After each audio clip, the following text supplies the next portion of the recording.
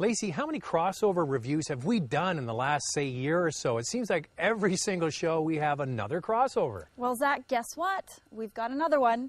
This one actually even sounds like a crossover. It's the brand new Honda Crosstour, and it's based on the very popular Honda Accord, but it'll give buyers that would normally get an Accord a little bit more utility.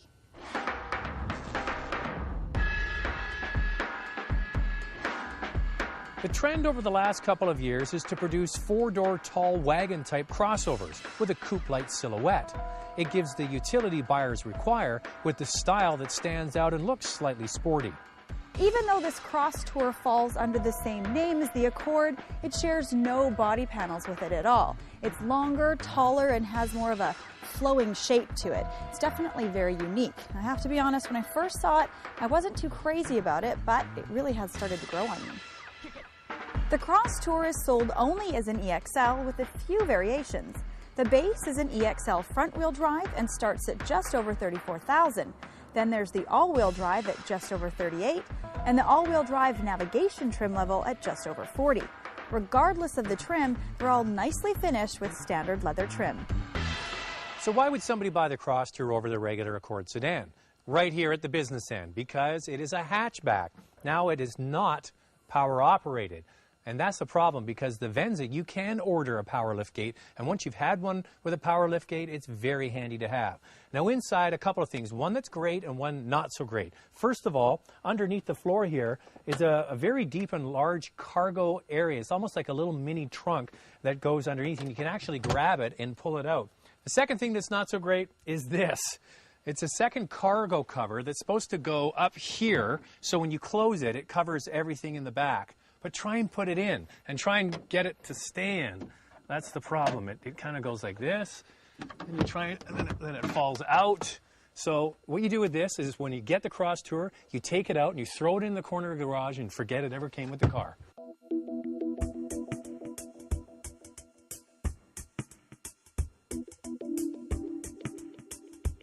Due to the sloping hatch, the height in the cargo space is limited. These levers do lower the back seats, which is convenient. Now have a look at the space between the wheel arches. Not that impressive if you want to haul larger items. The Venza from Toyota definitely has the edge in the cargo department. There's a fair bit of room back here. There's actually quite a bit of space for your legs and a fair bit of room for your head as well. But the door is a little bit higher, so the window's a little smaller, so there's less outward visibility than in the sedan. Since the Crosstour is only sold as an EXL, it's full of luxury and convenience. The leather seats are heated up front.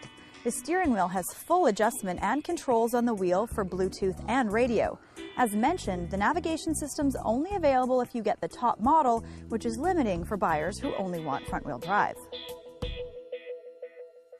Well, so far this Crosstour has some unique styling and convenience features, but what did they do to make it different from the sedan? One of the biggest changes from the sedan is the fact that this Crosstour is only available with a V6 engine, no four-cylinder. And once again, comparing it to the Venza, they decided to offer a four-cylinder to help keep the price down and also to keep an eye on fuel consumption. The Crosstour is powered by a 3.5-liter V6 with 271 horsepower and 254 foot-pounds of torque. It uses 11.5 liters per 100 kilometers in the city and 7.2 on the highway when equipped with front-wheel drive. Now, probably the reason that Honda decided to just go with the V6 is because this vehicle is heavier than the sedan. So off the line, the V6 does a great job of getting this vehicle up and going. But it's taller, it's heavier, and they had to compensate by putting on bigger brakes. Even with the bigger brakes, the vehicle definitely feels heavy. You throw it into the corners, and it feels a little bit more top-heavy. It still handles very well, but it is heavier and bigger than the sedan. Well, it's obvious that Honda is targeting a more affluent crowd with this. Can you say baby boomers? Who will get this vehicle. It's nicely equipped, it's got leather, it's stylish, and it's for people who don't need to use the cargo in the back seat all the time. Another vehicle that falls into that category is the Infiniti Ex, but I would take this over the Infiniti because it's a little bit bigger and it has more creature comforts, especially for people in the back seat. If you're looking for just all-out utility, the Venza probably is a better choice. It's bigger, it's boxier, and it has more engine and trim levels to keep the price down and to be used by average families. This is more of a niche vehicle. Since If this Crosstour was built with well-heeled buyers in mind, I'm really surprised they didn't just include all-wheel drive as standard equipment. I think the $2,000 price difference will be well worth it, especially for Canadians that want to take this vehicle out to the cottage or for driving in winter.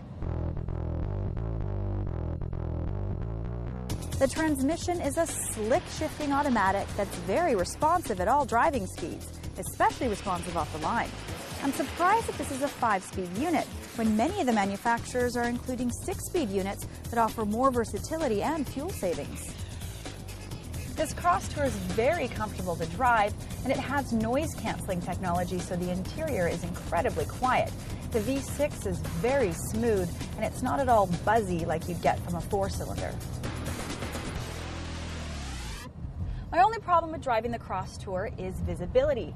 First of all, there's a bar going through the back window, so it makes seeing out the rearview mirror a little bit difficult. Because of the angled trunk, when you look over your left shoulder, it also creates a bit of a blind spot, makes it hard to park. So Lacey, the real question is, does the Crosstour really have a hope in the ultra-busy crossover segment? Well, Zach, this market is really full with a lot of crossover vehicles, and there are quite a few things that I do like about the Crosstour. It's very comfortable for everybody, not just the driver, but for all of the passengers. It's got a smooth, powerful V6 engine, and it's got some really cool, innovative storage ideas in the back for cargo. However, that brings me into my dislikes.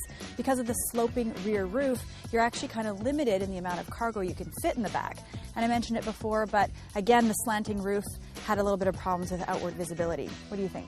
Well, I agree with all of that. The number one thing for me, it's an Accord. The Accord is one of my favorite cars in the mid-size, or actually now full-size class. It's a beautiful driving car, and all the attributes you get with the Accord, you get in a slightly bigger Crosstour. The truth is, Lacey, this is an Accord wagon, but it's more stylish and it's more luxurious on the inside with standard equipment. And at the heart of this Accord is a beautiful and powerful V6 engine. Lacey touched on that. This new Crosstour isn't without a few negatives. Lacey touched on the shape of the cargo area, but it's not just the sloping rear hatch, it's also the space between the two wheel arches, which makes larger items in the back difficult to get in there. Plus that cargo cover thing, just take it out and put it in the garage. There's no 4-cylinder offered, which really is a limiting factor for mass appeal. That Venza has a 4-cylinder, and most people are going to buy the Venza are paying just for the 4-cylinder. They don't have to get the V6. And the other thing is, Lacey, a lot of manufacturers, the Chevy Malibu, for example, comes with a 6-speed automatic. This is just a 5-speed, and there's no shiftable option. Now, here's the real question from a woman's point of view. In my opinion, this is really an Accord wagon. But if they had marketed it as an Accord wagon, would you be interested in it? Well, you know what, Zach? I mean, it is a fashionable, stylish, unique, functional type vehicle, and I don't think it's just a woman thing. There's a lot of people out there that don't want to be owning a wagon. So but now you can get a Crosstour crossover. That makes it more palatable. I think it does.